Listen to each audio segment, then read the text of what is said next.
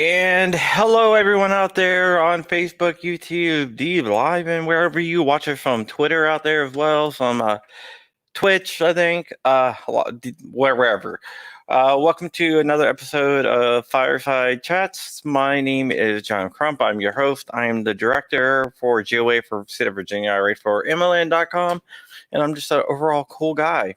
Tonight we have a guest that's kind of a little bit different from the usual guests that we have on. Usually our guests are two-way focused, but they're kind of conservative, libertarian leaning. This guest is definitely not a conservative, and he's not libertarian leaning, but he does support the Second Amendment. So I want to go ahead and bring him on here. But before I bring him on, I want to remind everyone, if you like the work we are doing, you can always support us at patreon.com/John Crump or on PayPal at paypal.me/JohnCC, paypal.me/JohnCC. Now let me go ahead and we will bring on our guest tonight. His name is Alan Bongiovi, and not Bon Jovi, Bongiovi. But I met him at the 2A rally for the Love of Country 2A rally over the weekend, and I thought he had very, very interesting ideas and stuff like that because he's not a conservative. He's actually a Democrat. I know that's kind of scary, but let's bring him on and we'll talk to him. We're going to hit him up with some hard questions at first and everything else. Just a reminder, this is a conversation. It's not a debate. So if you have questions, go ahead and put them in there. But, just remember it's a conversation. Okay, here we go. Alan, how are you doing? Hey, I'm good, John. Thanks for having me on. Yeah. Do a lot of people think your name's Bon Jovi? It is Bon Jovi.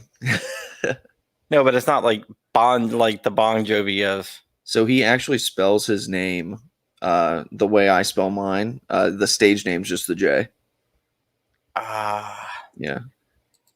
I had no idea. I learn something every day. I know, right? You are teaching me. So let's go ahead and get our hard questions out first. Real quick. So I'm going to put out my disclaimer, right? Oh, yeah. So my views are my own, and they're not a reflection of the views of the Democratic Party, the Virginia Democratic Party, the Fauquier Democratic Party, or the Fauquier Young Democrats. My views are also not those of my employer or groups Fauquier Indivisible, Moms Man Action, and also my views are also not those of the R.D. Huffstetler for Congress 5th District campaign. Sorry, I have to include all that stuff because I'm a member and active in all those groups. So, okay. Now, you are a Democrat. Yes. But you also believe in the Second Amendment. Absolutely, yeah.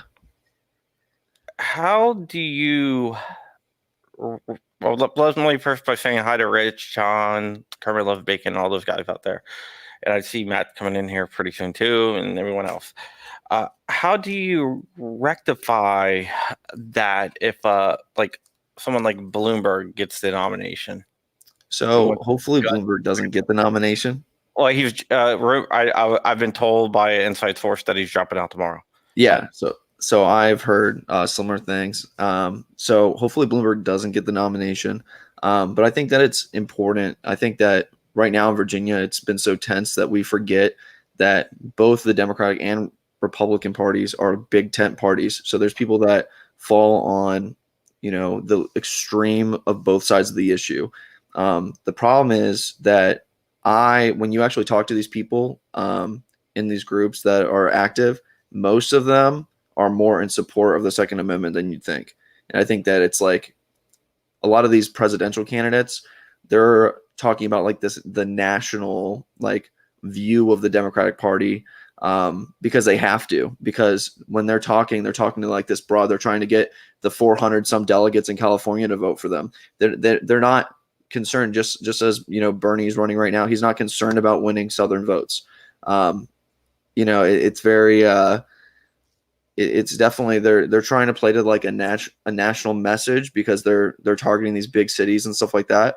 And I think that makes them look pretty out of touch for us rural people. I mean, I'm in Fauquier County if we didn't go over that, but so I'm in the more southern part of Virginia, where we're very 2A centric. We love our guns, and I think that hopefully we don't get Bloomberg in there. But I will go over some of the candidate things that I think of if we get to that part. So, all right.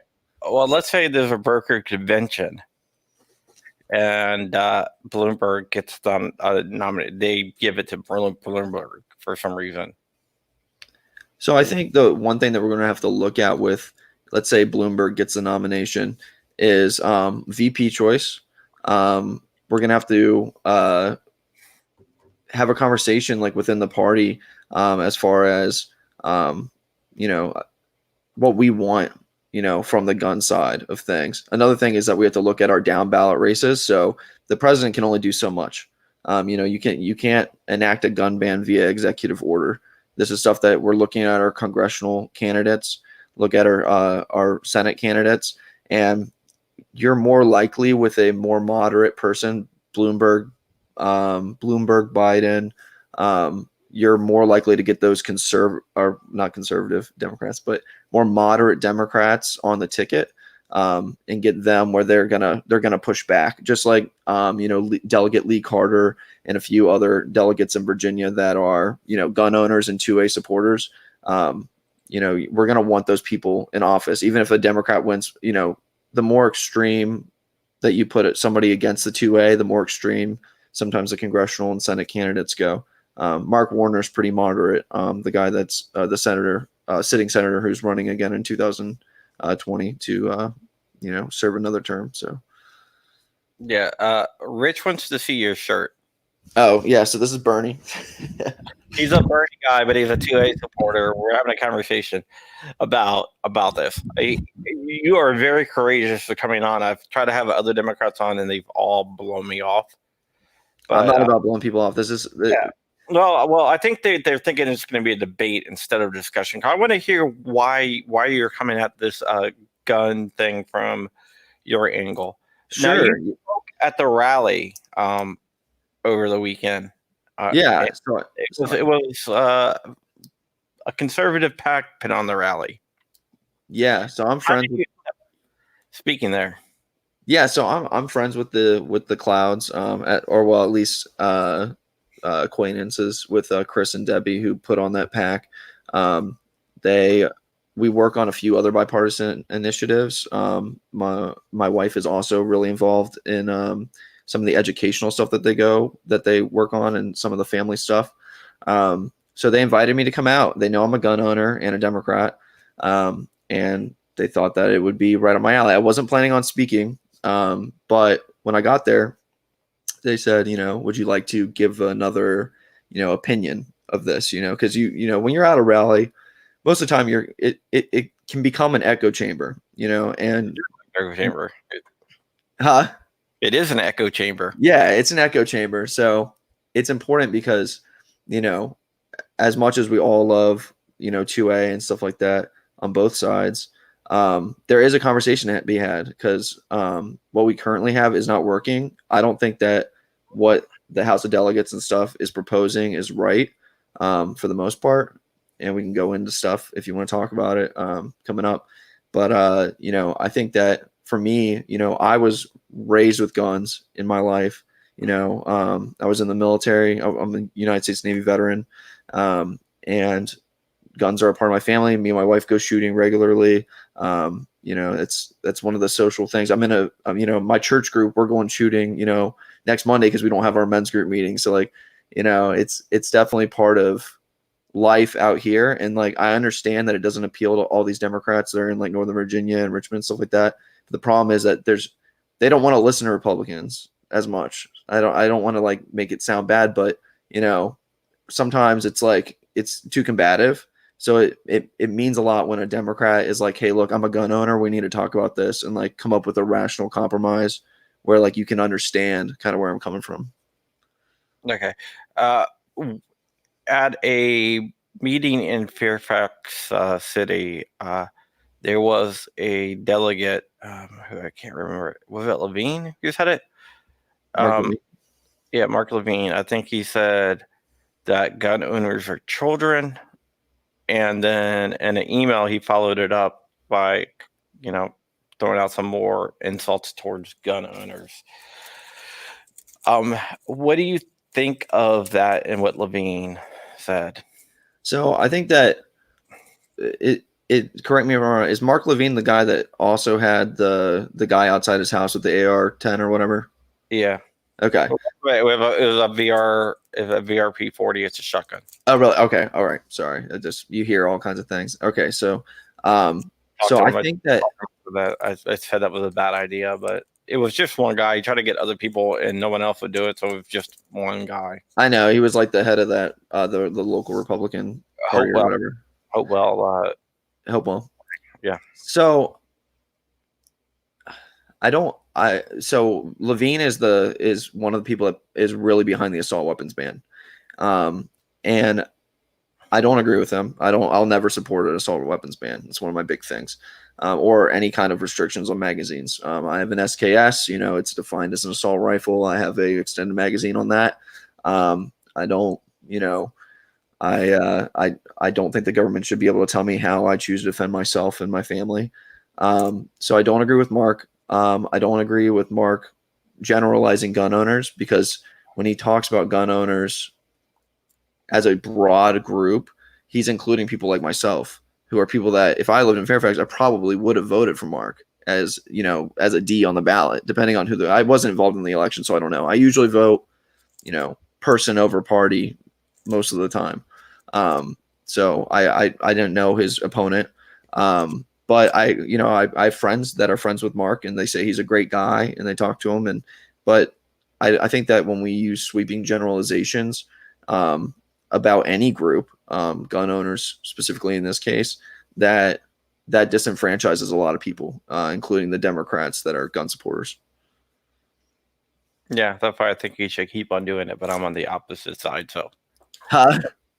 That's why I think he should keep on doing it, but I'm on the opposite side of the spectrum, so I might have some ulterior motives there. Yeah, no, I get it. I mean, yeah, no, it's not a good look. And just even from a Democratic perspective, he needs to think about his voters. So, yeah. Did you watch the Bloomberg? I know it's a lot of Bloomberg stuff, but did you watch the Bloomberg town hall yesterday? I did not. I'm not a Bloomberg fan. I know you're not.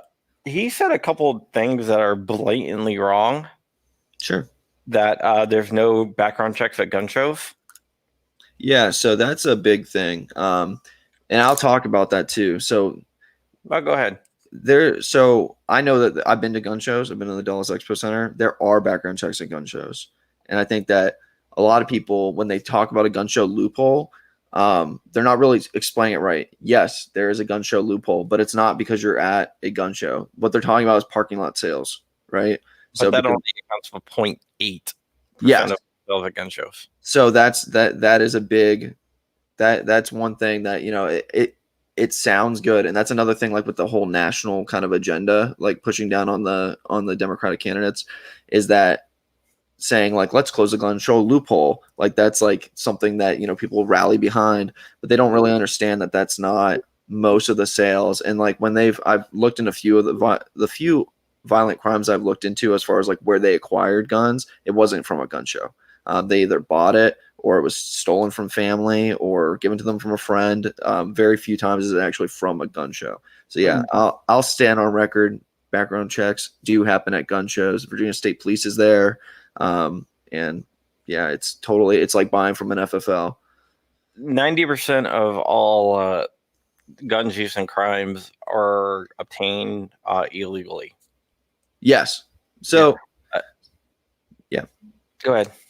Yeah. So one thing that that we can talk about as far as how this illegal. So it's important to define that those illegal guns, it's not that they're bought on the black market. Like that's like a small percentage of the guns that are obtained legally.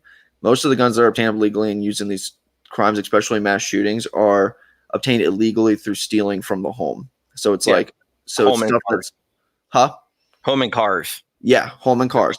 You have a huge percentage for cars. Yes, and a lot of it is stealing from people and I've known people. I knew people here in Fauquier County that they were trying to sell their home, and people they knew came in and stole their ARs. Like, they luckily got them back. No crimes were committed.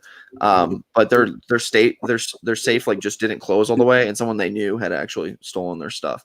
And I think that one thing that Democrats need to more rally behind are these safe storage laws, which is like a common sense like gun storage law that I support. So Yeah, I don't. okay, I don't support it at all. we can talk about it, man. Yeah, we can talk about it. The only reason I don't support it is because that's telling you how to store your gun, when I think that should be totally up to you by saying regulating you have to have this type of safe and stuff. But I'm not the point of the show is so you can get your opinion out. Sure. I'll throw my opinion out there, but I'm not going to go back and forth. No, that's fine. That's not what it's about.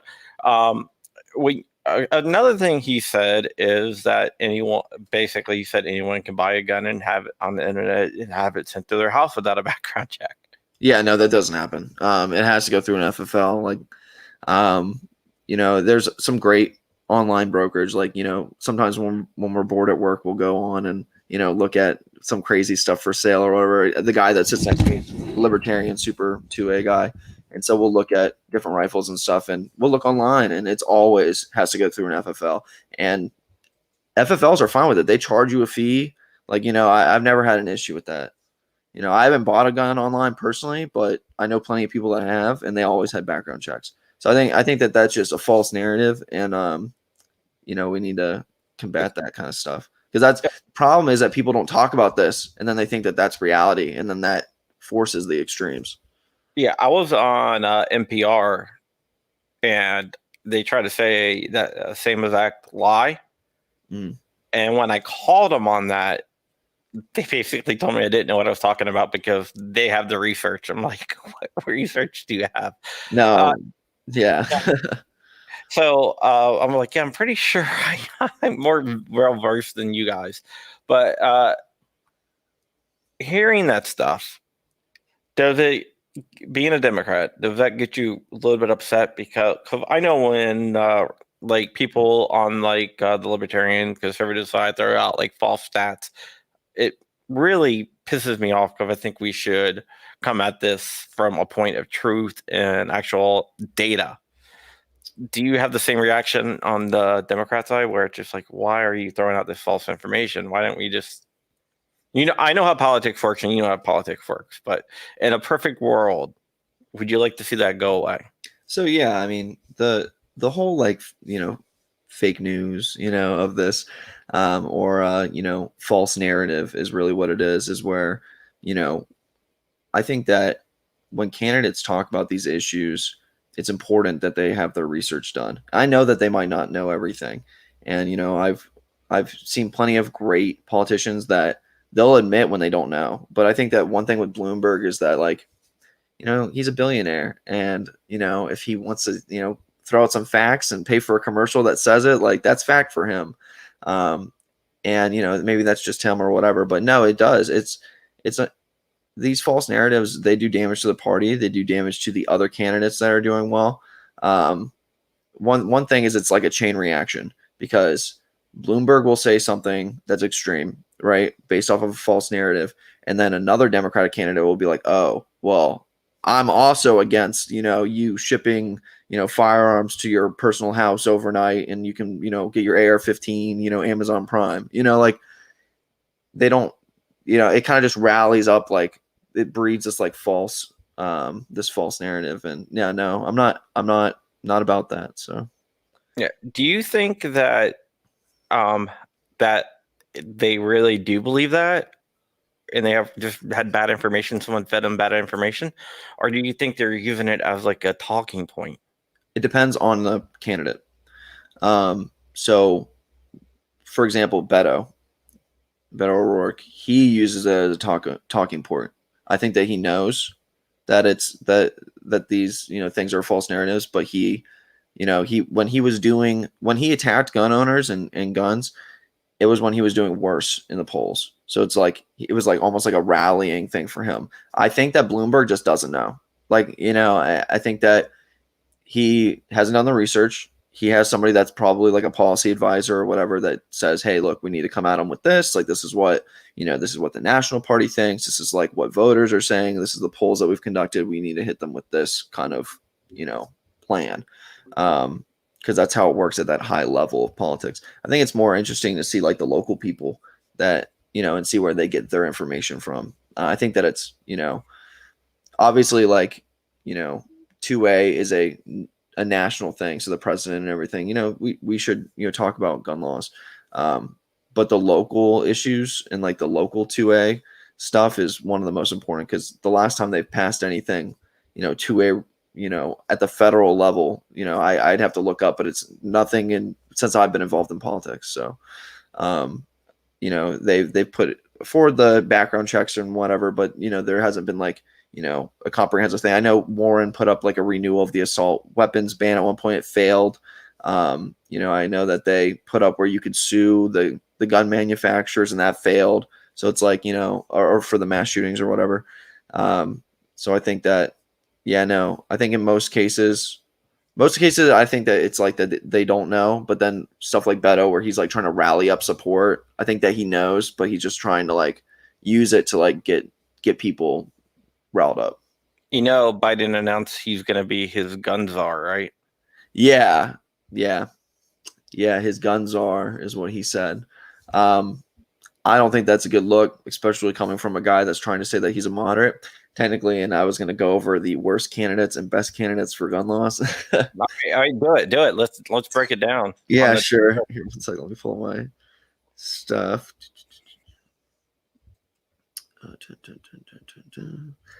All right. So, what I put down was that.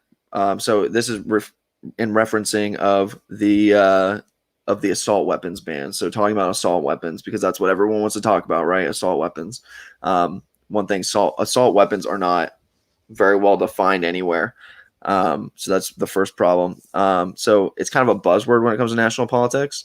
But all of the candidates believe they should be banned. Yeah, it's sitting on the Senate desk. Yep. It's gonna die. It's dying there. It's not going anywhere. Yeah. That's as long as Mitch McConnell's there. Yeah, pretty much. So here's where I'm saying is that, so this comes back to the whole like national kind of rhetoric versus like a local rhetoric, is that everyone wants to ban assault rifles. Whether they'll get that done or not, in some way they want to stop sale and production of assault rifles for civilians. Only 2 presidential candidates are planning on some sort of voluntary or involuntary buyback, and that's you mean you don't mean buyback, you mean confiscation. Yeah. You can't buy back something that you don't want to own. Yes. So that would be Senator Elizabeth Warren and Vice President Joe Biden. So Bernie actually has the best rating at a D- for the NRA. He has taken a lot of heat for a few of his votes in the Senate.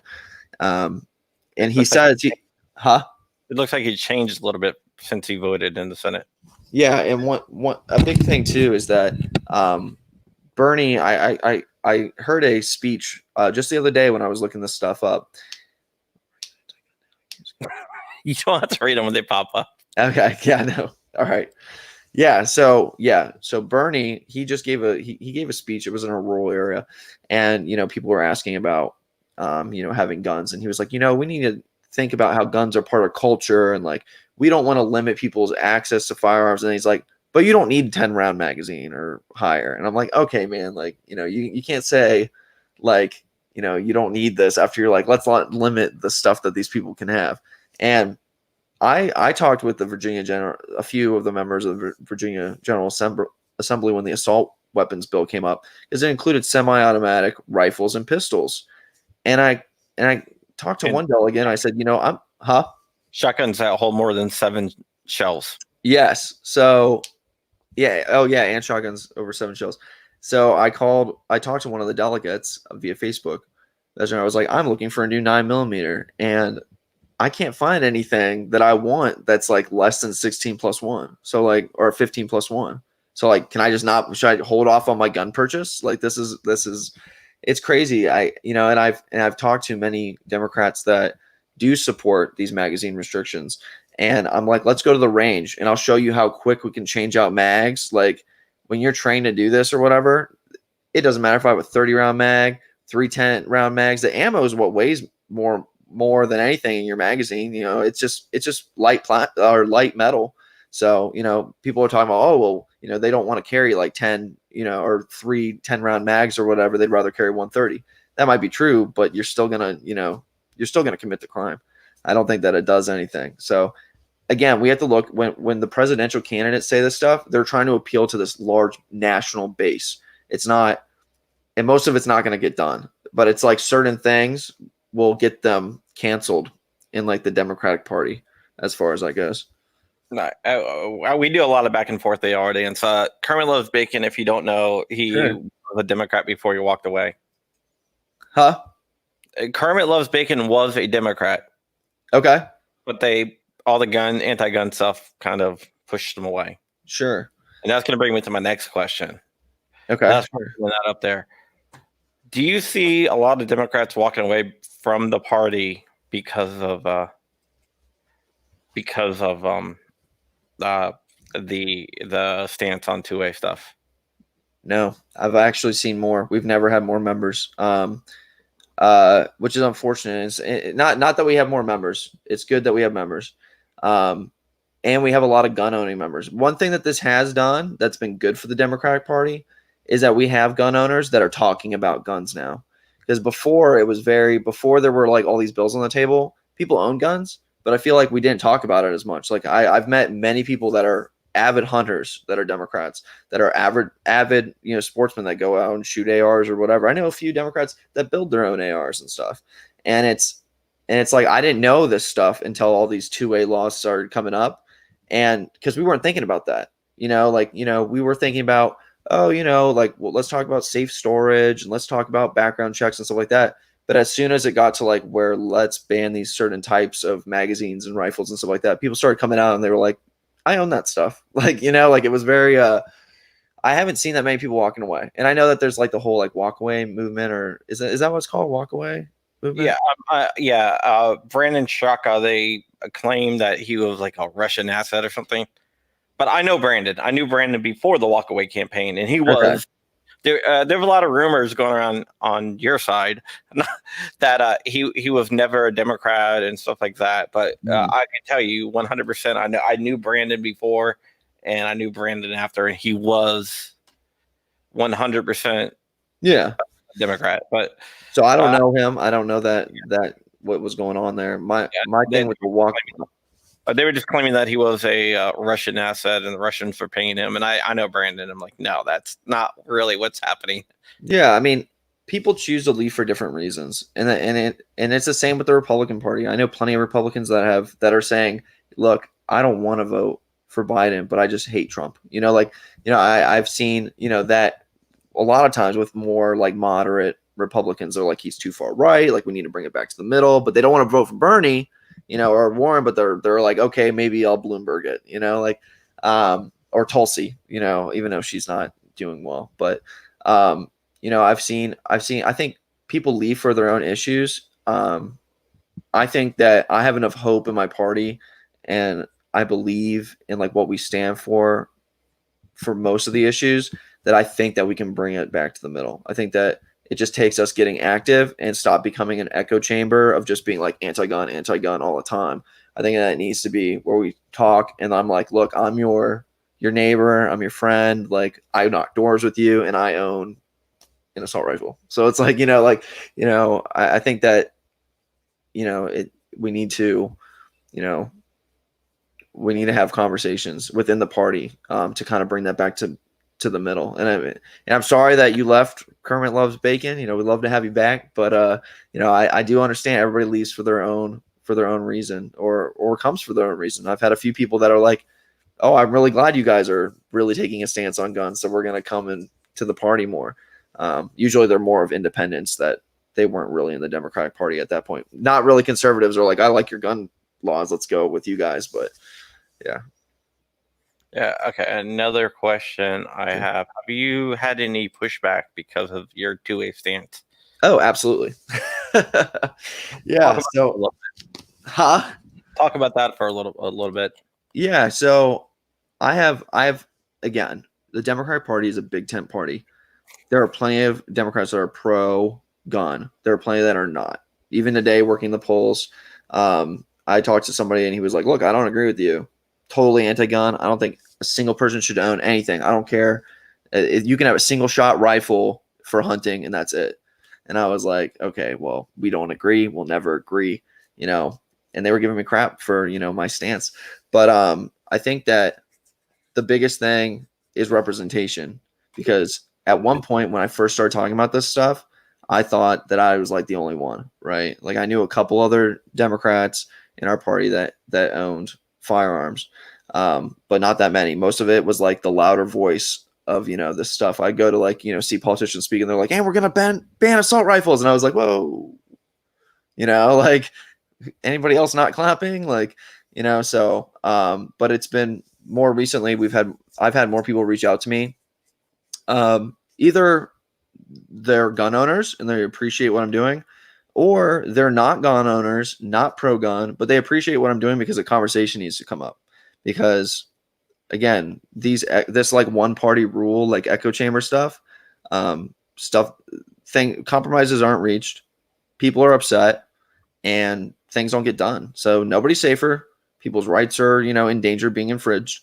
And it's not good stuff. So yeah, no, I've had plenty of pushback. I've had a lot of people that said, even when I like came up here, they were like, "Oh, make sure you don't tell them that like, you're, or don't say that you're representing the party." And I'm like, "I'm not. My views are my own. We're a big tent party. I'm just a Democrat. And I like firearms." So. Yeah, very interesting. Do you think that I know I got some Democrat friends Mm. that are gun owners and they're involved in Democrat politics, but they're afraid of the pushback. What would you say to them? I would say you need to be honest. Like when you're so I've helped with a few campaigns. One was an independent. My wife ran for school board just as an independent. Um, and then I've knocked doors for some of these candidates. And I think that the biggest thing as far as like you being able to like get traction within the party and still be active is to be honest. Like come out and be like, "You know what, I'm a gun owner, I love shooting, I'm not going to support these bills, I'm not going to support candidates that support these bills. Like I overall believe like I'm pro-choice, pro-LGBT, like whatever your reason for being a Democrat, you can be like, look, I believe in these things, but I just don't." Oh, sorry. You don't have to read I it. I know, I'm not trying to, man. Um, you know, and I think that just be super honest. And I think that pushback will come, but if you're honest about it and don't back down, then it's better. Like that's kind of like where I was at when I had posted. So I posted in like a closed group that I had gone to the rally and then I had spoke.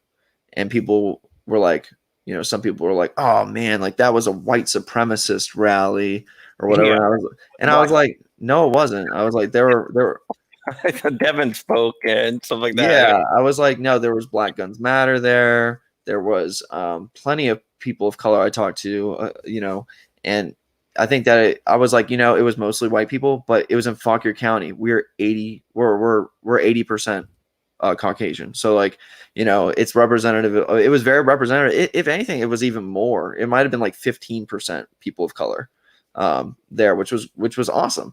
And so I reject that notion that it's a white supremacist issue just because someone's carrying an AR. And a lot of people talked about kind of like how it's an intimidating thing. But I believe that that rally was it was for 2A, or really, I mean, it was constitutional rally, but it was mostly 2A stuff. Um, so it's like you kind of know what you're getting into when you go, like like it wasn't like in your face, like we weren't it wasn't like marching in the streets, it was in a private park. So Yeah, the AR people, the Luau gang, they carry ARs. They don't carry ARs to intimidate people. They carry ARs as a point of saying, "Hey, look, you guys are so afraid," because they don't do it like Like they don't go like march through Alexandria with it. They go to 2A rallies, and it's basically a statement saying, "This is what you demonize," and look, it's not doing anything. Yeah, no, and I saw super awesome AR pistols, and like some people had some great stuff going on there. I'm all about like checking out the different gun builds, um, and I don't find it intimidating. I felt safe.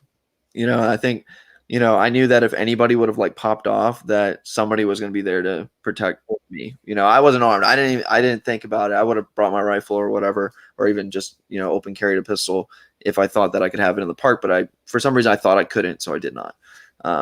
So maybe next time. But I did feel safe, and I made that a point in one of the comments or whatever. I was like, I felt safe there. Yeah. I don't think it was an unsafe thing. It wasn't intimidating. Nobody made me, even after I talked to him, was like, I'm a Democrat and stuff like that.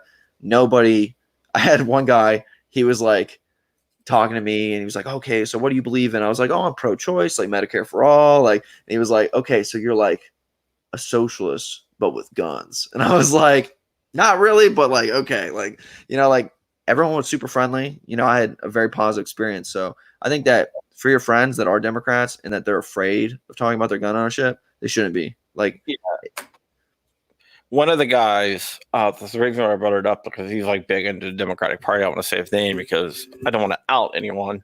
yeah, Of course. I know, right? He's like big. If I said his name, you probably know who he is. Probably. But he was like, yeah, I got a question to ask you, John. I was like, what? He was like, what? Can we just talk privately? So I said, okay. He's like, I know him through family. So he walked away from everyone. He's like, my AR is malfunctioning. Like, wait, what? Back up here, your AR. You're like AR-15? He's like, yeah. Like, you don't own guns. You demonize them. He's like, I kind of have to. Oh, wow. Like, you don't have to do anything, man. No, you don't. Yeah, no. Again, it's a big tent party. The problem is that people don't talk. And I think that we would be a more representative party if people would just speak up and be like, look, I own these firearms. Like, we can talk about other things. We can talk about gun safe. We can talk about the tax-free gun safe thing that they're trying to do, which is like, that's bipartisan. I know. Yeah, no, exactly. Let's talk about the bipartisan stuff, because I think that the Second Amendment, it's a constitutional issue. It's not a conservative issue. It's not a liberal issue. It's a constitutional bipartisan issue. And we need to talk about preserving that. I mean, it's there for a reason. A lot of countries, and people say, oh, well, Japan banned guns and Australia banned guns. Oh, they don't have the Constitution. We have the Constitution for a reason. I think one of the things that throws a lot of people is in the Constitution, it says rail regulated. And we use the modern term rail regulated instead of what it meant back then. Back then, rail regulated meant in proper working condition. Yeah, so I haven't super dove into the deeper meaning behind the Second Amendment.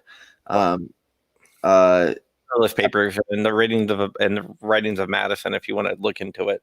Yeah, no, definitely.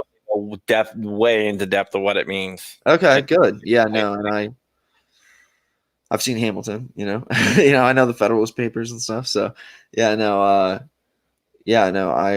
I would love to look more into that. I couldn't speak on that. I know that people do say like, oh, well, it's for a militia, and I was like, okay, but at the time, like that wasn't like a militia wasn't a it wasn't a army body. Army. It was the militia back in the day was, I think it was all men between the ages of, it was I like think, 14 or something, or 14 to like 58 or something like that. Yeah. You were automatically in the militia no matter what. And in Virginia, in fact, the militia is comprised of the body of the state. Really? Okay. Yeah. If you look at Article 1, Section 13, it actually defines the militia as the whole body of the state. Okay. Is Interesting. Yeah. So that's one thing. Each state can define their own militia, and Virginia defines it as everyone in the Constitution. Article 1, Section 13. Cool. Yeah, I'm pretty well versed on this stuff. Awesome. Well, no, I'll look into that. the Federalist paper, the Madison stuff. So. Madison writing Federalist Papers. Mason wrote a few things, and Jefferson and Washington both wrote some stuff on it as well. So, getting back to what, this is one of a railway cock is in good working order, 1700s term. So it regulated the definition has changed. They regulated back then did not mean what it means today. It kind of definitions change over time. And I think that's where a lot of people get messed up because they use modern definitions instead of looking at what it meant at the time. Not only, and a lot of different things. Well, I think that, it's important to look at the historical context of this stuff.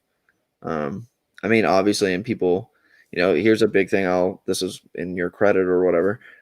Is that people are like, oh, well, they didn't have, the same kind of guns that they have now. And I'm like, oh, well, they had the pickle gun or whatever was it? That was a repeating semi-automatic gun. They knew that weaponry was advancing. I mean, these people lived in a time where weaponry was advancing rapidly. So they knew that it wasn't just always going to be muskets or whatever, So I think that, we need to look at the historical context and just kind of try to apply it best we can to modern day. And, you've probably read the Justice Scalia opinion and stuff like that, which basically says that gun laws in general, as long as they are not infringing your right to keep and bear arms, as far as adding hoops that you have to jump through to do that, are constitutional. I don't agree with that, but I don't agree with that, but hey, I'm just going off the Supreme Court, man.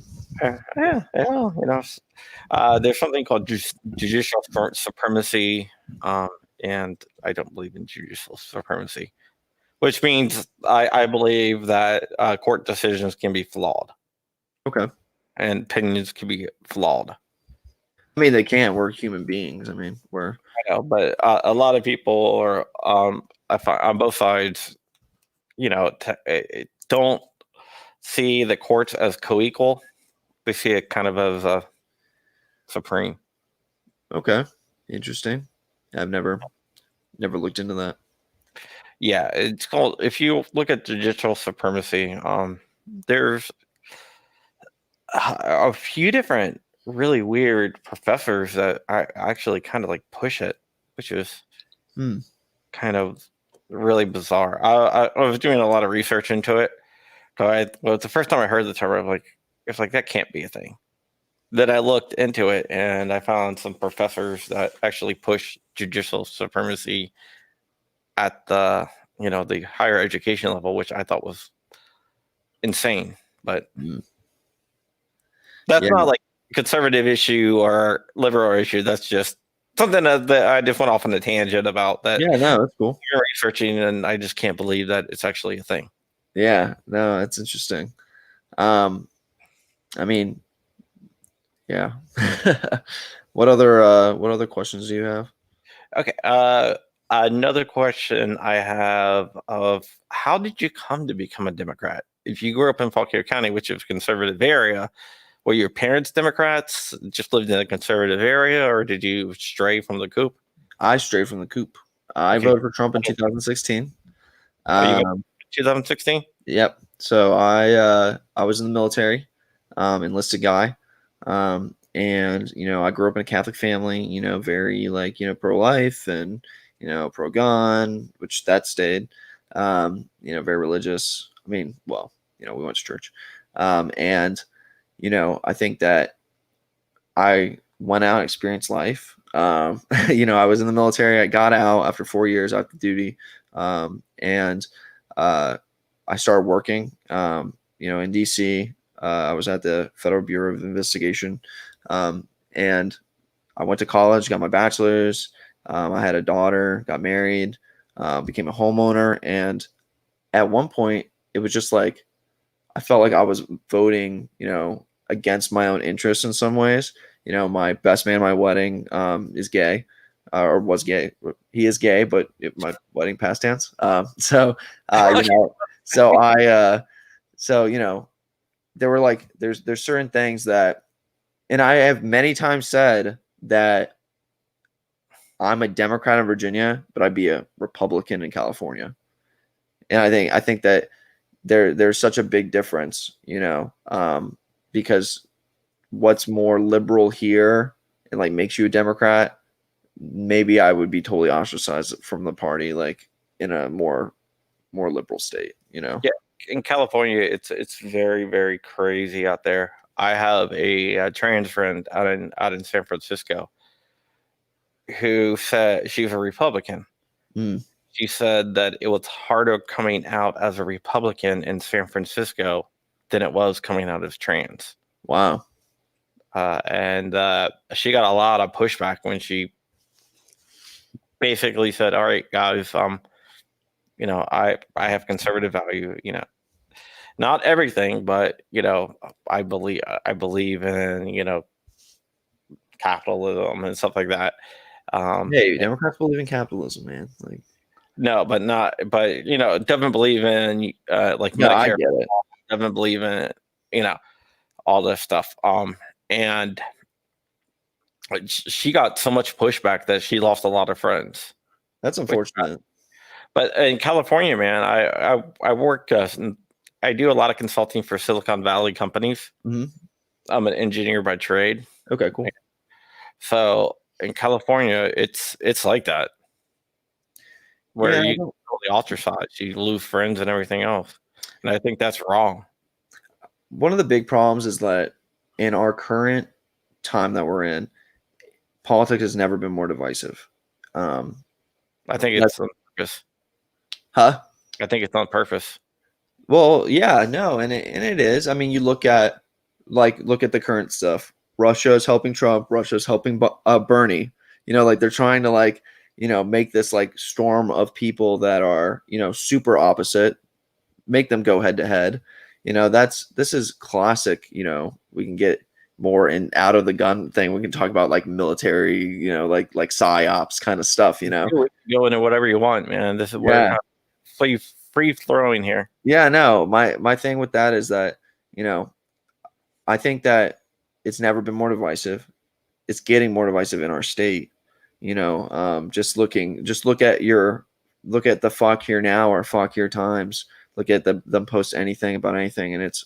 I mean, there was an armed robbery tonight at Applebee's in Warrington, and people are like, "This is because of like the Yankee carpetbaggers, or this is because of the too many guns," and everyone's going after the stuff. It's a crime. There's barely any crime in Warrington. Like we've had a few things recently or whatever, but it's like everybody's trying to turn into a big political thing when it's not. Not everything is about politics. And I think that like because it's so divisive, everybody's ready to blame, like the other party or whatever. But, I think that we have to like things happen, like shootings happen, robberies happen, and like maybe a law could have helped, but a lot of times it doesn't. So I don't like this divisive stuff. I'm sorry for your friend that, is out in California and had that bad experience. I know there's plenty of Republicans and Democrats that are. I have a friend that's a Democrat that owns a California compliant AR in It's not all in California. That Pacific area. Oh, in San Francisco or whatever. San Francisco, the Bay Area, the Silicon Valley area. Uh-huh. If you get away from there, yeah, you can be a Democrat and own guns or whatnot. Yeah. Or be a trans and be a Republican. I don't think you have too many issues, but it's that area. It's just so. I've never been to that area. When I go to California, I go to San Diego or LA. They would hate. Maybe they would. If you said you own guns, yeah, they would hate you. They have their hatred of guns is just insane because I deal with those people a lot and they hate dealing with me. What I do, I'm really, really good at what I do when I consult. And that's why I get hired. But if I wasn't really, really good at what I do when I consult on like technical issues like that, I don't think I'd be able to get a job. It's just I'm lucky that I'm good at what I do, and I'm lucky that there's not a lot of people who do what I do. Yeah. So I think that as far as that, goes. I think that a lot of that is kind of ignorance. Like I think that it's like fear of like the unknown. Like, a lot of people out there don't own firearms or like weren't raised in a home that did that. And I think that they're just kind of scared. I think that's one of the things that I think needs to happen. And I said in the speech at the rally, take your Democratic friends shooting. My wife had never been shooting before. She had shot like skeet or something like that before, but she had never been shooting before we started dating. And one of our first dates was the shooting range. And we shot, and she had a great time. She was a better shot than me with one of my pistols. So, I think that it's kind of like you learn that respect for the weapon as a tool, and you understand what it can do, but you gain that respect for it, and a lot of people are just scared. I think that that's what it is. It's a lot of fear, and like fear has a huge play in politics. I'll go over a few things I wanted to cover. Yeah, go ahead. Sorry. Yeah, no, you're good. I'm all about the questions and stuff like that. I just don't know how long people watch this or whatever. I have a few things I want to talk about. One big thing is kind of for my Democrats out there, which is we need to look at not about the ammo tax. Saw the tax thing come up. No, okay, that's just a limitation. There's no reason. Okay, tax marijuana or whatever. I'm cool with that. So one thing is that a lot of people, for Democrats, when we're talking about this kind of stuff, we need to realize that we're a big tent party, and we have to, engage conservatives with this stuff. One thing is that You doing? yeah, which I'm doing.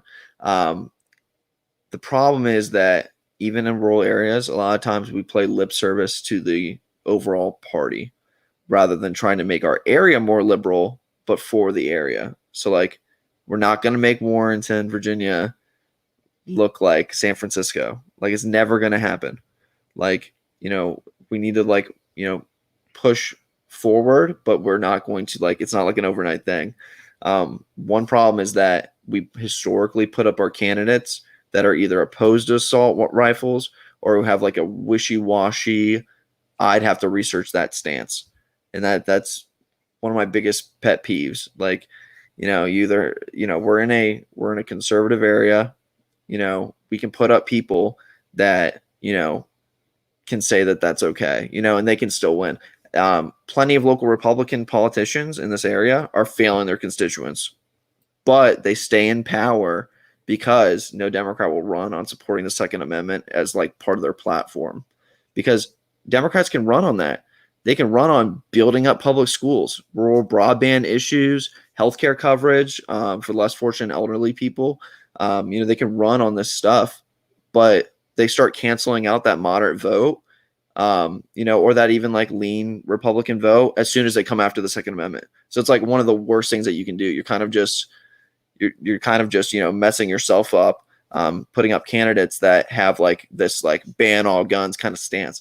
Not that every candidate does that, but when candidates do, they kick out anybody that was like lean Republican, where they're like, I don't think that they're doing a very good job. I might not vote for them, but as soon as the person that they're running against is like, let's ban assault rifles, are like, man, I'm gonna have to stick with this dude that's not doing a very good job. I think that that's a real problem. And like I said, I think that a Democrat that's running in Virginia, like especially rural Virginia specifically, should be a Republican in California. Like a person that'll win in rural Virginia as a Democrat would have to run as a Republican in California, or they'd never win. Even they'd be primaried out by somebody that's more extreme. One Which gone, huh? Which happens. Yeah, it absolutely happens. You have somebody that comes in as a moderate, and Cortez. Huh? AOC, for example. Yeah, so there's people that are primarying against her. I love AOC. Primaried against a guy. Yeah, I love AOC, but I love her for other reasons. I think she like tells it how it is. I've seen her, talk about the price of prescription medicine. I don't agree with everything that she says. I'm not a Green New Deal kind of person or whatever. But and I know banning cow farts. Huh? You're not about banning cauliflower. No. And I'm not a vegan dude. I like my, hamburgers and stuff. But I do, I see like her value and stuff. The problem is that, here in the rural area, we put up candidates that often are out of touch is the biggest thing I want to talk about. It's like we put up people that are like, I don't know. What congressional district are you in? I'm all the way up in Ashburn. So you're in, who's your, you mean like in federal? Yeah, federal 10th district. You're what? 10th district? Yeah, Wexton. Okay, so Wexton's out there. Yeah, she don't like me. She doesn't. Okay. Yeah. No, so personally hates me. I had to send her a letter to have me unbanned on Twitter. Oh no. So that race where Wexton ran, Leslie Coburn ran in the 5th district where I live. Leslie was very anti-gun. She was from DC. She had a few anti-Israel books and stuff like that. She had a lot of scandal going on. But she was nominated over I'm currently working on somebody's campaign right now who's a Marine Corps veteran and like more of a moderate kind of thing, but they went for the more progressive candidate and she got blown out of the water. I'm writing an article right now about like how we need to pick candidates better out here in rural Virginia. She won 11,000 votes right in Fauquier County. Tim Kaine won almost 13,500 votes, meaning that people voted, including me. I voted for Denver Riggleman, who was a Republican, and I voted for Senator Tim Kaine, who was a Democrat. And plenty of other people did that too. They either didn't vote for her at all and voted for nobody, but still voted for Tim Kaine, the Democrat, or yeah. So they either voted for nobody or they voted for the Republican, and also Tim Kaine. I like Denver a lot. I liked Denver because he portrayed himself as a moderate, but he's really not. Oh, that's probably why I like him. Yeah, so the only thing that I can really give him props on is that he married his 2 gay staffers. I think that was great. I know people are like hating on him for that. I think that, and I talked to like one of his campaign people at the rally, and they were like, "Look, those guys super conservative. They were working on the campaign, knocking doors for Denver. Like, it's it's kind of BS that they that there was such a pushback for him like presiding over their wedding or whatever. They're both Republican, guys. So, yeah. So my big thing is just picking candidates properly. Another, we can talk about is these are my common sense gun laws that I support. Because I even said in my speech, I do support some gun laws, just not all gun laws. Oh, one more question. What do you think of Bloomberg? You talking about when he said I bought the house? 41 seats in the House. Yeah, no. So he says that's a gaffe or whatever, but I think that he really just like thought that was okay to say. Like we had to talk about it at work today. Yeah, I do think that. Huh? I think he did. Yeah, I think he thought it was okay to say. I think he thought it was okay to say. I thought that he. I think that he. Oh, my mic keeps falling. Come on, Mike. I think that he was like, whatever. Like I'm a billionaire. Like I bought the house. Like like I don't think that it was, out of touch. I don't think it was a gaffe. I think that he meant to say it. Yeah, it's so out of touch. It's funny. All right, let's talk about the gun laws that you think that we need. Sweet. So one thing, biggest thing for me, because I have a 16-month-old daughter, is safe gun storage laws. So laws that require locking up guns if there's a school-age child in the home. Which disagree on, but so we can talk about it, man. Yeah. So this is my big thing. So it's a lot of people talk about enforcement or whatever. So it's severe penalties if a child uses a parent's gun in commission of a crime. Okay. Levi Norwood, who's a 17-year-old at Liberty High School out here in Fauquier County, murdered he's I guess okay. He is technically a defendant. It has not been proven that he has murdered his family yet. All right. Let me stop you right there. I don't have many rules on the show, but one of the things that I do like to do, I'm part of a movement in journalism which doesn't name like shooters. Oh, okay. Because I don't want to give fame or whatever. Fall into that category because this is like a murder. But if you're gonna get into like mass shooters or something like that, just don't name them. Okay, that's fine. All right, cool. Yeah, Thanks for I mean, telling me. this is a murder, but I don't know if you're gonna go into like mass shooters or No, I something. won't. No. Okay, just say just I'll just say somebody killed him. Yeah. Okay. So, all yeah, right. yeah. You good? You're like, oh, there was a shooter at Parkland. The shooter at Parkland. That's fine. Okay, sure. I just don't like using. It's something that No, it's good. I started with my journalism. If you read my journalism, at first I would name mass shooters, but then about 2-3 years ago, I stopped. Okay. And I was like, okay, I'm not going to name mass shooters because I read a study that was done by NIH, Mm-hmm. there's NIH or CDC, one of the two, that that's not the main reason that people shoot, just for notoriety. Mm-hmm. But in mass shootings, mass shooters that they did interview, like 71% said that was a reason. Oh, okay. So I was like, okay, well then, Are we back on? yeah, we're still on. We never went Oh, off. okay. Sure. All right. All right. So basically, there was a murder. It was a 17-year-old student, very well versed in firearms, had firearms at home, and he killed his mother and 3-year-old brother in their home. The father came back. It was Valentine's Day this year. He shot at his father, who fled the home, and then this ensued a manhunt that ended up they caught him in North Carolina. Guns were not locked up in the home.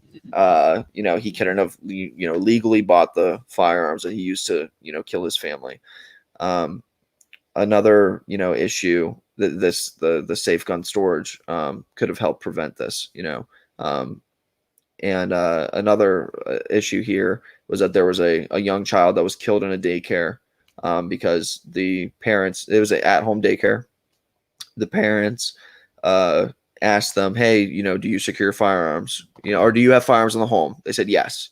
Do you secure them? They showed them a gun safe in the closet. They're like, look, gun safe. We're good. So they signed off on it. The child, and then there's more, of course, there's supervision and stuff at play as well. Got into a nightstand with a loaded pistol and shot himself and tragically was killed. And this was right here in this area. So there's a law that I support. It's a daycare law. So if you are a licensed in-home daycare, then you must have your firearms locked up. And I don't. There's a few groups that push like a locked up and unloaded. I'll tell you right now, I'm sitting in my bed. There's a table right here. I have a little gun safe in it. I'm chambered and loaded. So like, yeah, locked up. It doesn't make any sense whatsoever. I think you agree on that. I'm not loading my gun when people are coming in. I don't. That's not happening. So I got a biometric safe. I oppose like mandatory storage laws just because I think they can be exploited. But I also use storage. I have kids. I use storage. I just don't agree that it should be mandatory. The whole mandatory part is what gets me. I mean, I understand the concern, but like when it comes to like compromise on legislation, I would rather compromise and say, hey, let's mandate storage, but let's not outlaw any assault rifles or magazines or whatever. That's not compromise, though.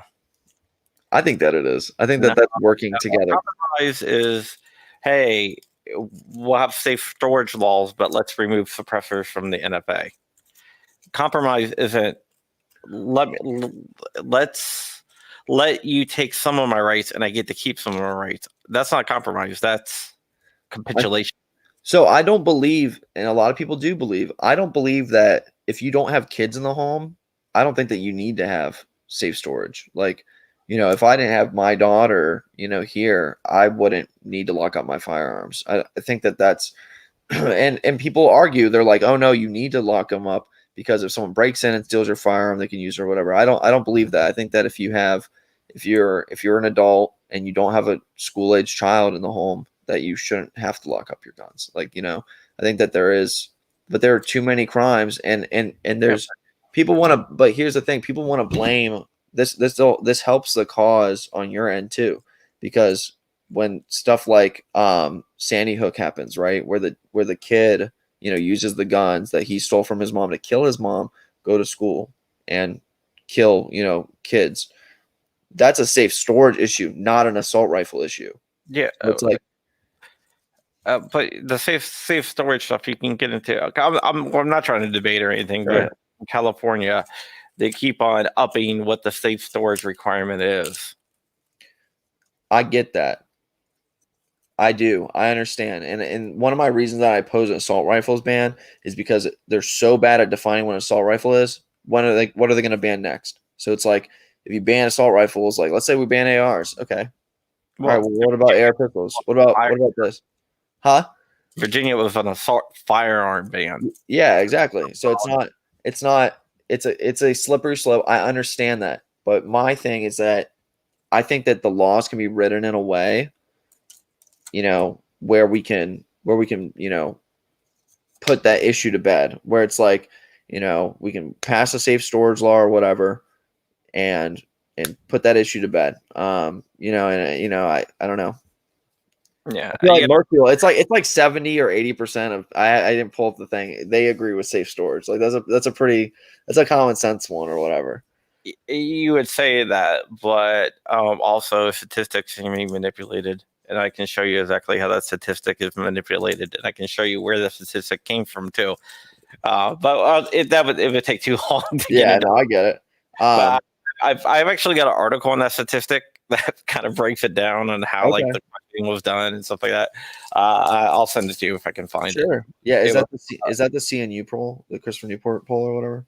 yeah. The question was worded like really, really bad. So it was there's I don't know. I'm a math guy, right?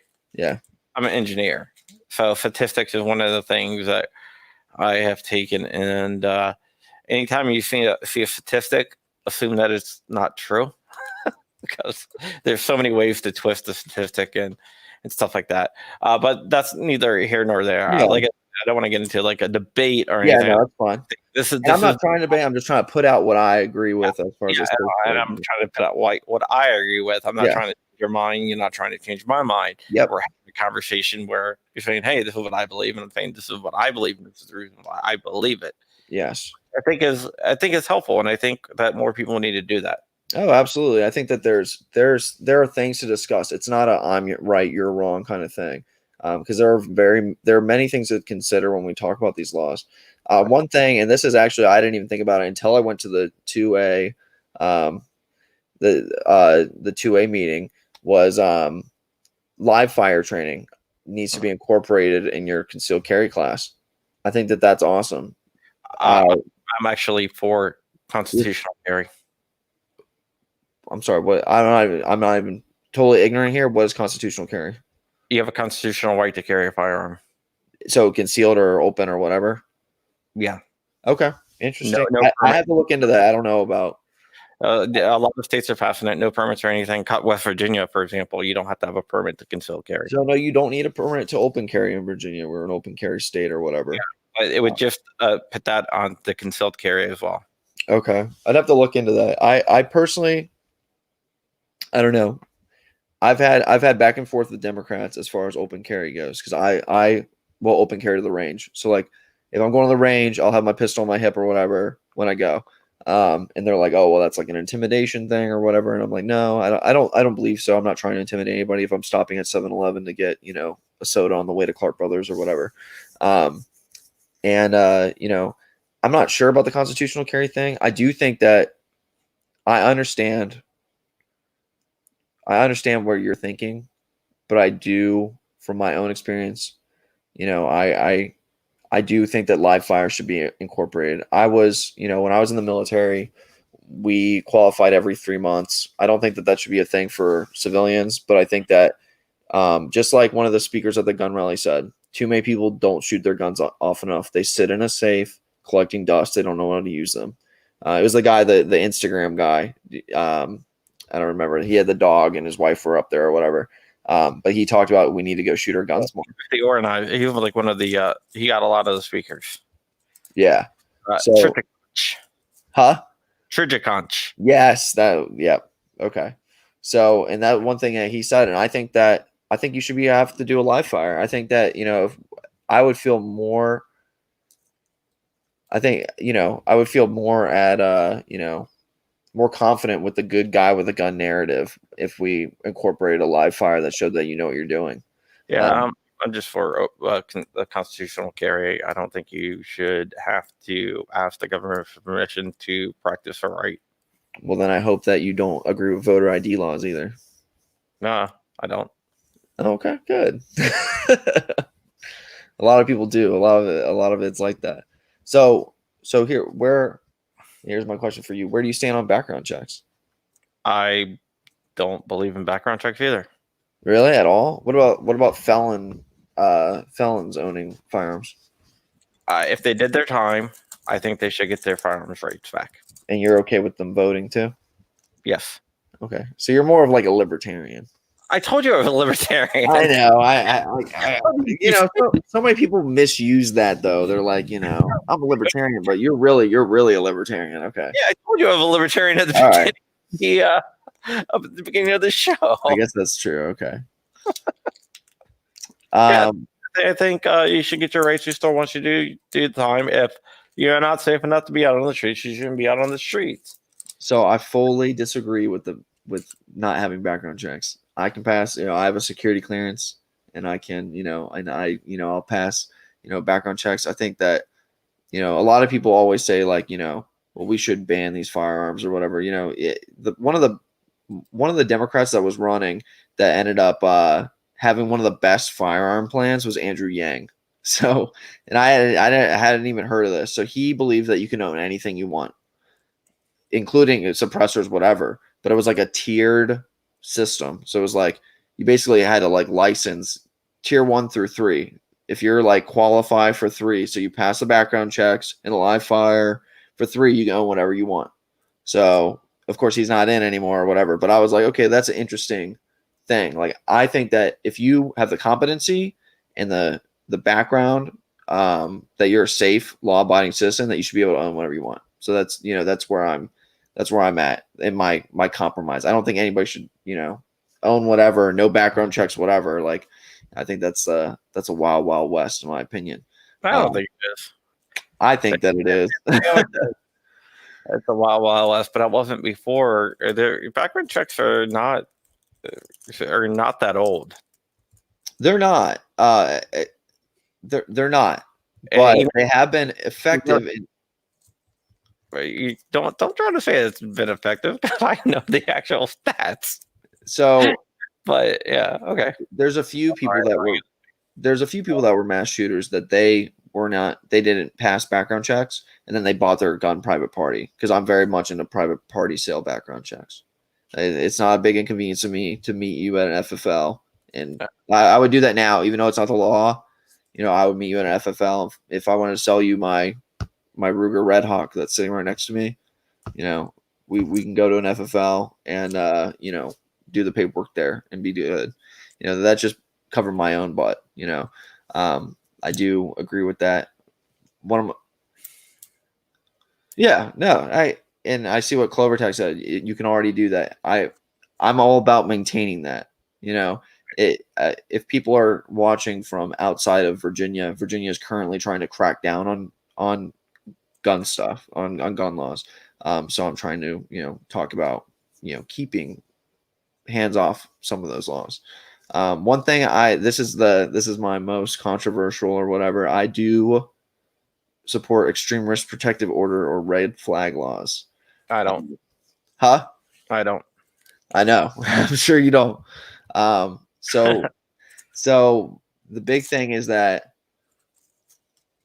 I understand that some states have not implemented them correctly. I will only support ERPO laws if they are implemented correctly, which what I believe is where it lays out due process. How do you define due process? So here's how I would have it work, right? So only allowing people that are either law enforcement, immediate family, meaning children, parents, or spouses, or a mental health professional who believes that you're in immediate danger to yourself or others. How's that due process? No. So this is this is how I'm going, right? Okay. Okay. Sorry, I thought you were saying. So they submit a report, to, let's say, your local police department or state police or whatever. So they bring that threat to a magistrate, and they're like, hey, look, Alan, he said that he's going to kill himself or whatever. He has a firearm. He's going to do it in like the next hour. Like, we need to get there or whatever. Would you I'm sorry, what was that? be brought into the court to defend Yeah. yourself? Yes. So you're brought in. So in how it should work is that you're brought in the court to defend yourself. If there's not a significant, what's considered like a high risk or whatever, you should just be let go. And also, false reporting or whatever should be extremely heavily penalized. Okay, so say that you go between a judge and you can get a lawyer and defend yourself before they take away your firearms. Yes. Is that flag law? Because most red flag laws, they take it away, then you go to court. Yeah, so that's why I think that we need to look at how we write them. So it's not, I don't think that this is a standardized thing, and it's not. That's the thing. This is why we need people that are gun owners and that understand this stuff to engage the legislators, because whether we like it or not, ERPOs are on the gun legislation agenda. So we should get them to write them correctly, because they say, like, a lot of Democrats say, hey, look, we're going to make sure we include due process. Let's make sure that it's done correctly. They need people to help them through this stuff. I don't think Virginia is like that, though. Virginia, you don't go to court until 14 days after. I'd have to read it. I read the summary or whatever at the top of the bill. I haven't read the whole bill. Yeah, you don't get your day in court until 14 days after they take your firearms. So one thing that I had a conversation actually at the rally with somebody was, they're like, well, if you're going to call an ERPO, why don't you just commit them? Or why don't they go to jail or whatever? But I think that the reason that this extreme risk protective order is different than a protective order is because it's like an immediate thing. So one state that's done it really well as far as actually had these results is Colorado. Has been used. Over 50% of them have said that they've, more than 50% of the red flag laws have been in concern with suicides. And there's been an overwhelming support that. Do you know how many red flag law cases there have been in Colorado? No, I don't. 6. Oh, really? So that's 3 or 4. Yeah, I have all the other stats for like California, Connecticut, and stuff like that. 6. But yeah, just throwing that out there. So it's not a big sample size. I'm sorry. It's not a big sample size. It's not, but it has saved lives. That's what I'm saying. Like, it's also cost lives. I'm sorry, what? How about the lives that it has cost? Like in what example? Maryland. Okay, so let's talk about Maryland. So from what I understand, red flag law was being served. The guy answers the door with a firearm in his hands. There's a altercation, and the police shoot the guy. Obviously, he needed a red flag law called on him. If he's answering the door with a firearm, shoot the cops. Well, they were banging on his door at 5 a.m. in the morning. I'm up at 5 a.m., man. I totally. I don't. Are you trying to come through the door at 5 a.m. in the morning? I talked to his daughter. So he got his gun, and when he opened the door, and this isn't in dispute either, the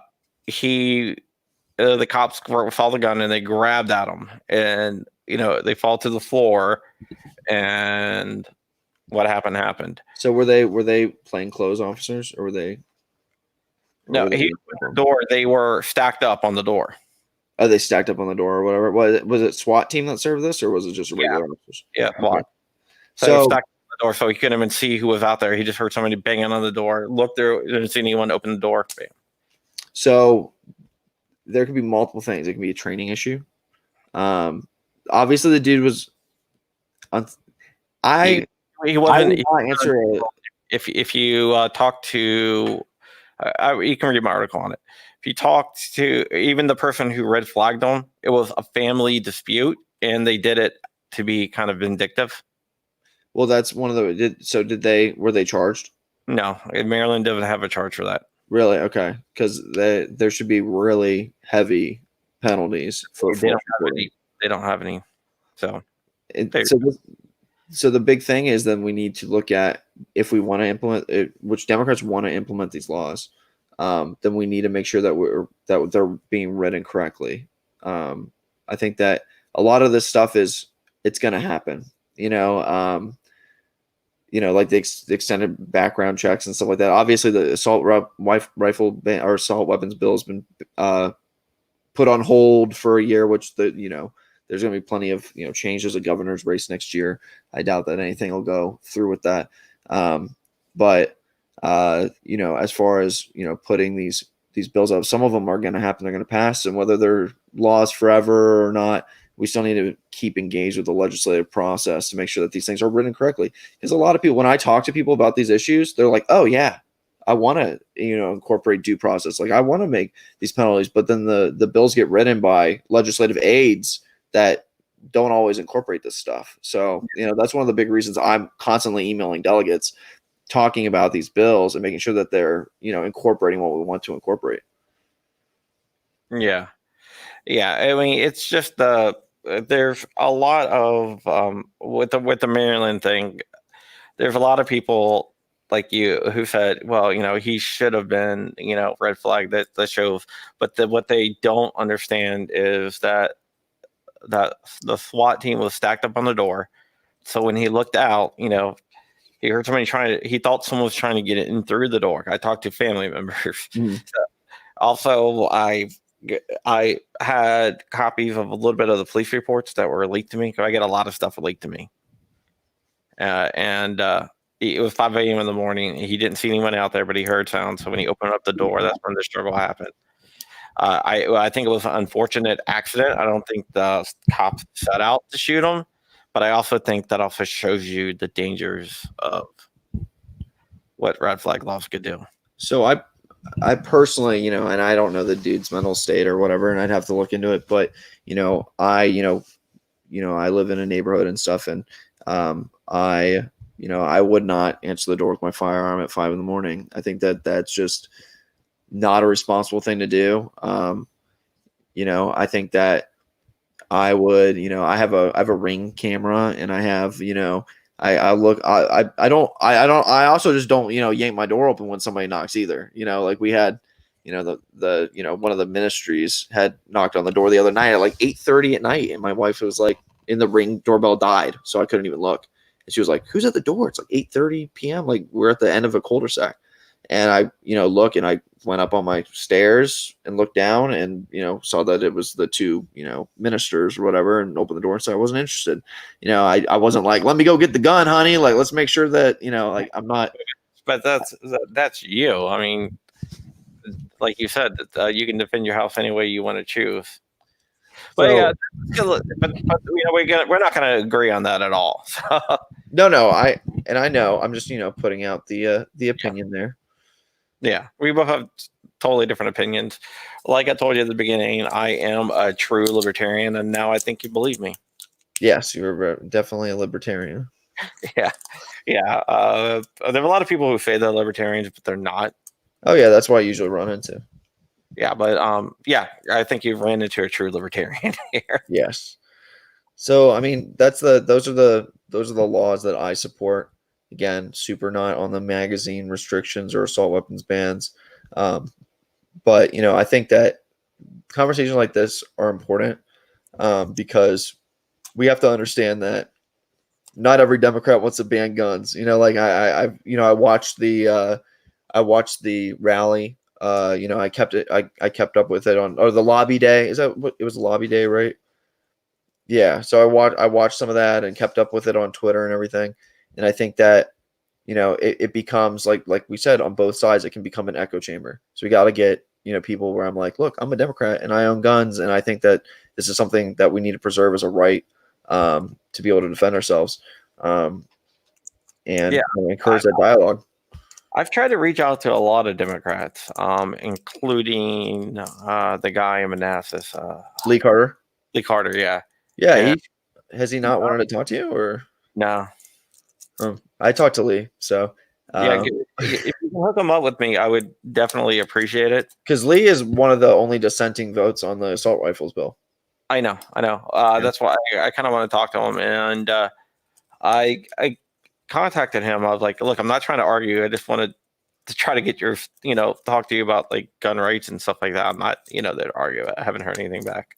Yeah, we haven't argued with this. Has been a good conversation. So Yeah. So if you can pass that on, I don't know if he thinks that I'm going to be combative or anything. I'm not a combative person. yeah, I think that's constructive. yep, It went on for about an hour and a half, and I usually only do an hour. sure, So I'm going to cut you loose. Anything you want sure. to plug or anything before? Nope. Thanks for having me on. I think that this was a constructive thing. Obviously, we don't agree on everything, but we never will. But we just have to find that. We have to find that middle ground and just and work on this constructive dialogue. I think it's so important. So Another thing I think is that it shows that you can have a conversation without having a full blown debate. You can try to find out where everyone's coming from. And I think that will help everyone grow and also show that we can have disagreeing opinions, but we can still have a civil conversation. and I've talked to a few people. I've had a few people that they find out I'm a Democrat and they're like, "Oh man, like you hate guns and stuff." And I was like, "Look, I'll talk to you all about guns. Let's go to the range. Like let's go talk over over some 7.62 or some 40. And and people are like, "Oh, you own firearms and you're a Democrat." And there's plenty of firearm owning and loving Democrats that love to shoot or have it to hunt or protect themselves or whatever. All right. Well, thank you All for right. coming on. Yeah, thanks for having me, John. You Democrat friends, don't be afraid to come on. All right.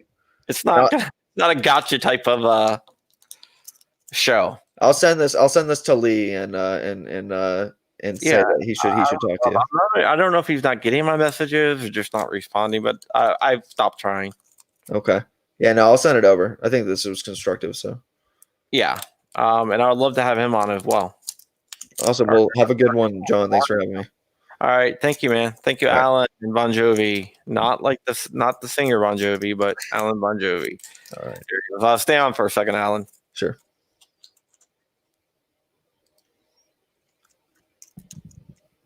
Okay. Yep. Let me just answer this question really fast. I'm not looking for middle ground on guns. I'm looking for a middle ground where we can talk to each other about our differing opinions. Alan and I are never going to agree on everything. No one is going to change my mind on what I believe in guns or probably anything else, to tell you the truth. But we can have a conversation. We don't have to be adversarial against each other all the time. We don't have to hate each other because we have different opinions. Everyone has different opinions. I salute Alan for coming on. It's totally awesome to see a Democrat actually be willing to come on. I've sent out the invitations to a lot of people. I even sent out an invitation to Voda, and he just refused. But I probably just made fun of him all night. But whatever. Thank you guys for watching. I'll be back tomorrow. We're going to be talking about some 2A sanctuary stuff with someone trying to get 2A sanctuaries passed all over the place. Once again, my name is John Crump. You can join Gun Owners of America, the No Compromise gun rights organization at gunowners.org/Black Swan Media. And before I punch out here, I just want to let you guys know Gunathon is getting extremely close to selling out. Extremely close to selling out. So if you go to gunathon.org and buy your tickets now, I would do it if you want to come because I don't know how much longer we're going to have before there's no more tickets. But that's all for me tonight.